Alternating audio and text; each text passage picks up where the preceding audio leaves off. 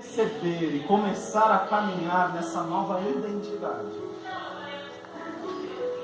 definida, marcada pelo perdão, pelo amor, pela graça do Senhor Jesus, uma nova vida. Onde você está?